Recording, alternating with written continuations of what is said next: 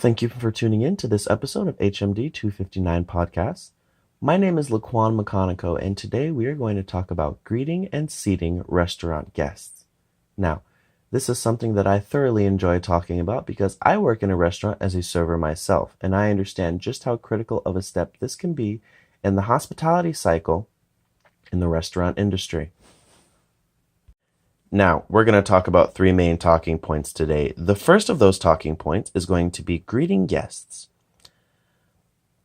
The host stand is usually the very first thing that a guest will see when they walk into a restaurant.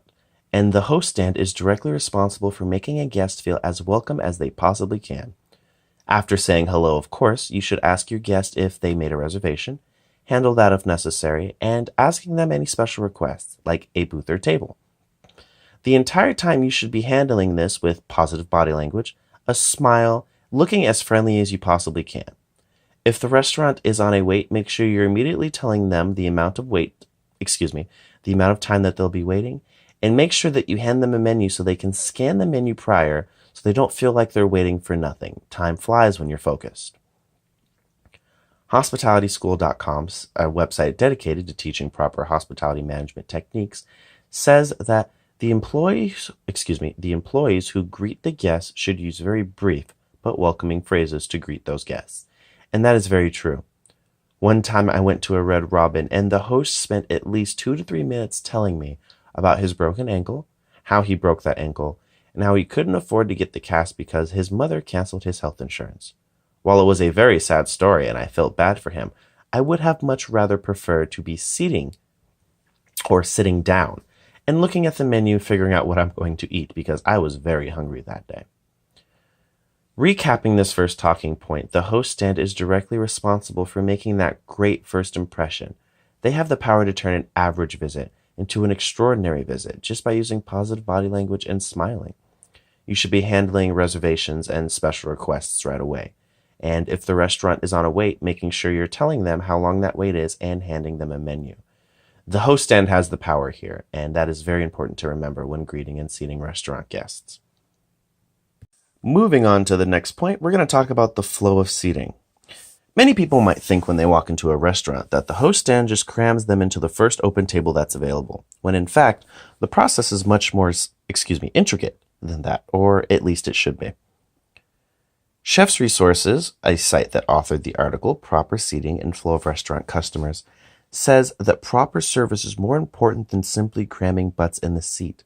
And that is very, very important. When you're seating guests, you should be looking at the occupancy of the restaurant and how close it is to the capacity of the restaurant. You should be thinking about how long it's been since you've last seated someone. And the main thing on your mind should be, is the kitchen making decent ticket times? An example that the article gave was, if the kitchen is already struggling to make those decent ticket times, it's really inefficient to seat more guests, because eventually there's going to be so much food in the window that servers aren't going to be able to run it out quick enough. And that's going to stall the kitchen even more than they already were. That's not mentioning all the food that might be sent back due to it drying out for sitting in the window for a long time. The host or hostess should take this into consideration, and if the kitchen is running a little behind, consider putting the guest on a small wait, telling the guest something along the lines of, "I'll be able to seat you in about 5 or 10 minutes, is that okay?" And, of course, following the guidelines from the first talking point, ensuring you're handing them a menu so everything will go just that much smoother when they finally are ready to be sat.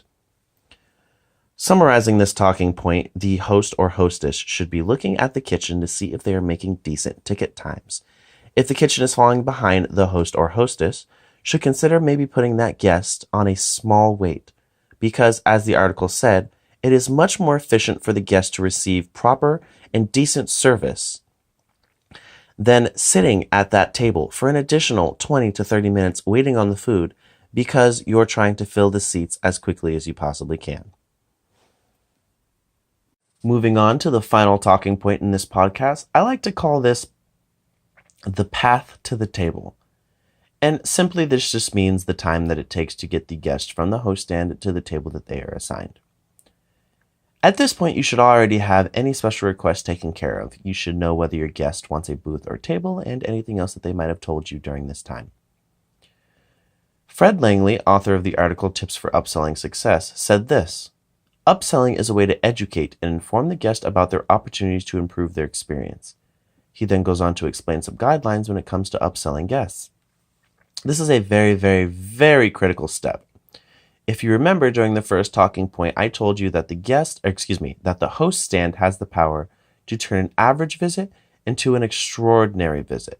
And this is another opportunity to really, really do just that. First and foremost, you should understand the context of the visit as far as your guests are concerned. Are your guests in suits? They might be there for a business visit, and maybe you should suggest some quick, clean food to get them on their way. However, if you can tell your guests are about to unwind after a long shift at work, they might want some beer and some comfort food or finger food. Paying attention to these certain details can help you successfully upsell to a guest and enhance the visit for everyone. Now, the main thing I hear from people at my own job is that they don't like upselling or suggestive selling because it seems too pushy. And I agree, it absolutely can be if not done correctly. Fred addresses this in his article by saying you shouldn't bombard your guests with unnecessary information or too many choices early on in the selling phase. He says you should build a rapport, then engage and inform. I really like the ending part of that sentence, and essentially what he means is read your guests, get that context, know what your guests want, and then use the information you have to suggestive sell to them exactly what they'll need.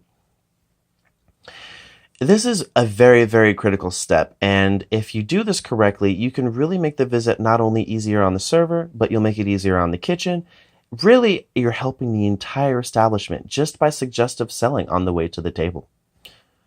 Summarizing this talking point, while you're walking the guest to the table, get some context clues, understand what they want, and then tell them exactly what they're going to need for their visit today. If you do this correctly, everyone in the establishment will be able to prosper, as food will come out quicker, servers will be able to take orders quicker, servers will be able to answer questions based off of the menu items that you suggested, rather than having to scan through the menu hoping to find something that their guest might like. We're just about ready to wrap up this podcast today. We're just going to go ahead and summarize everything that we've talked about today. Today you learned how to properly greet guests. You learned that you should always have a smile on your face and a positive attitude. You should do everything in your power to make that guest feel as welcome as possible. You should be handling any special requests like reservations, booth or table, and ensuring that you're responsibly placing them on the wait list and handing them a menu so they can scan it beforehand. We talked about the flow of seating and how the host or hostess should pay attention to ticket times and how the restaurant is affected currently so that you're not bombarding the kitchen with more orders than they can handle, ensuring that guests are receiving proper service instead of just sitting at a table waiting for food.